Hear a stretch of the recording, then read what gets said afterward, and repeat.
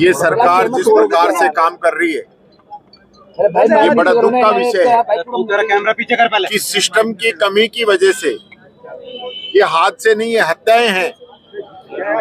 Piplodi school की घटना को हम भूले नहीं कि किस प्रकार से सिस्टम की कमी की वजह से बच्चों की मौत हुई, और आज शॉर्ट सर्किट की वजह से एसएमएस के अंदर इतना बड़ा हादसा हो गया।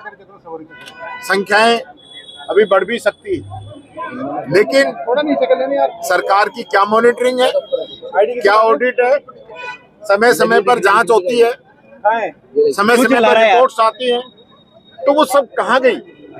किस प्रकार का काम ये लोग कर रहे हैं? सरकार का काम यही तो है ना कि वो पूरी मॉनिटरिंग करे, हर चीज का ध्यान रखे।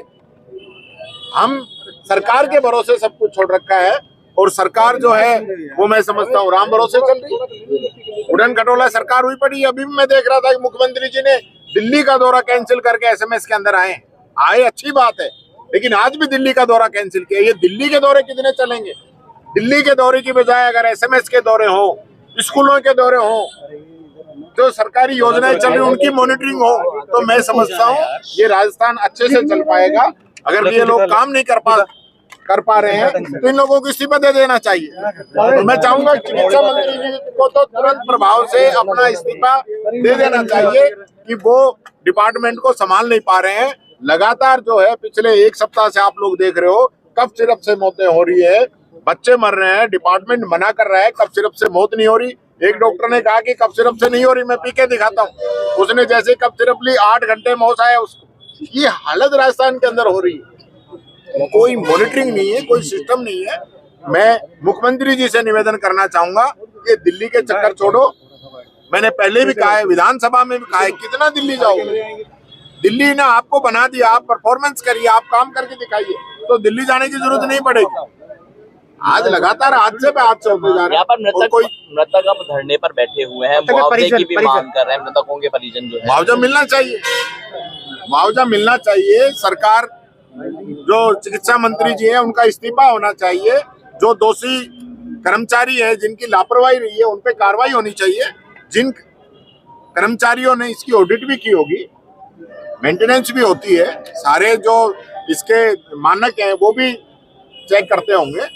इसका मतलब ये थोड़ी है कि शॉर्ट सर्किट 1 मिनट में हो गया होगा। कहीं ना कहीं कोई कमी रही होगी, केबल कमजोर है, लोड ज्यादा है, घटिया क्वालिटी के स्विच लगे हैं, कुछ ना कुछ तो मिलेगा। ऐसे थोड़ी ना होता है शॉर्ट सर्किट ऐसे हो जाएगा, फिर तो सब जगह ही हो जाए। चिकित्सा मंत्री कहाँ है अभी तक ये तक नहीं पता, और ना ही यहाँ पर पहुंचे अभी।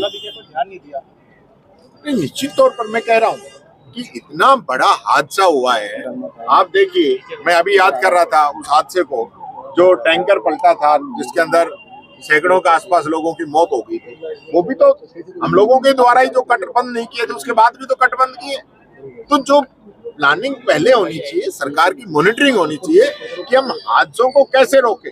हादसे होने के बाद में तो आप क्या करोगे? संवेदना जताएंगे और मुआवजे की कुछ घोषणा कर देंगे, और उसके बाद छुट्टी, जांच आयोग बना देंगे, टीम गठित कर देंगे। हमने जांच कमेटी बना दी है, वो जांच कमेटी की रिपोर्ट जब तक आएगी, जब तक सब लोग इसको भूल जाएंगे। ऐसी क्या इस सरकार का काम है जो लोगों की जान से खेल रही है? चारों तरफ जो है हाहाकार मचा हुआ है। मैं कहना चाहूंगा तुरंत प्रभाव से जो मृतक है उनके लिए मुआवजा की घोषणा सरकार करे, चिकित्सा मंत्री जी इस्तीफा दें, नहीं तो मुख्यमंत्री जी उनका इस्तीफा लें, और जो दोषी अधिकारी कर्मचारी हैं जिनका इसके अंदर नेग्लिजेंसी रही है उन पे सख्त कार्रवाई हो। जब तक सरकार सख्त कार्रवाई नहीं करेगी तब तक मैं समझता हूँ काम चलने वाला नहीं है। कोई मॉनिटरिंग नहीं है, कोई चिकित्सा विभाग के अधिकारी कहीं नजर नहीं आते। कौन मॉनिटरिंग कर रहा है, कौन इस सारी चीजों को देख रहा है, कौन दौरे कर रहा है, कौन लापरवाह लोगों पे कार्रवाई कर रहा है, कुछ समझ में नहीं आता। क्या मजाक बना रखा है इस सरकार का। लोग कहते हैं सरकार नहीं, सर्कस चल रहा है।